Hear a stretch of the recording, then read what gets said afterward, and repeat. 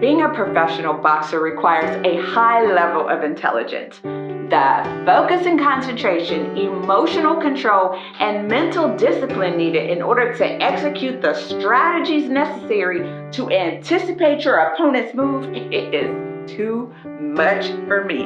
I am probably the one on the sideline screaming, "Oh my God, oh my God." And that is exactly who he credits for his success.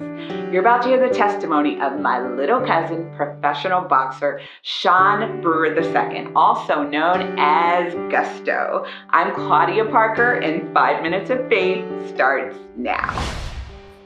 Yo, what's up, everyone? This is Sean Brewer, also known as Gusto, professional boxer, training here in Las Vegas, chasing my dreams to become world champion. And I'm on 5 Minutes of Faith with Claudia Parker. I want to start off by saying my grandmother, Rachel Brewer, she introduced me to God. He's led me here, especially when me, my mom, and my sister moved to Texas. I want to say that's kind of where it began. Seeing the strength that my mom had, I knew that I had it in me too. Not only just because coming from my mom and my father who are strong parents, but seeing that they're strong and have a strong faith of getting through whatever you need to get through to get to what you want.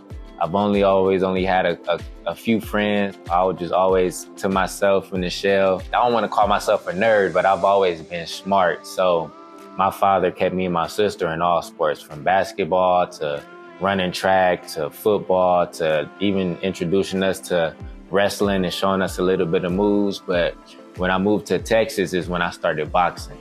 So I started boxing at the late age of 16. When I got closer and closer to my senior year in high school, that's when my love for the sport of boxing became even deeper, and I've also wanted to go to school as well. And, I've always been smart, like I said, but I was working at the same time too. So I was juggling 3 things from the age 16 and up of going to school, working, and boxing. So after I graduated, I chose to box and work. I wanted to go pro and wanted to take that next step. And didn't nobody believe me at 20 years old, me saying I'm going to move to Vegas and go and be a professional boxer. There's always a doubtful person somewhere. You may not see it. They're seen and unseen. I can't necessarily fall apart or think about what the doubters think. I just have to think about what I know I can do and can accomplish. If God showed it to me, then I know I can do it. The vision is all it takes. When I moved out to Vegas by myself, I moved out here alone. I didn't have nobody to depend on. I couldn't call nobody and they could show up in 30 minutes or less to help me out. He's brought love into my life.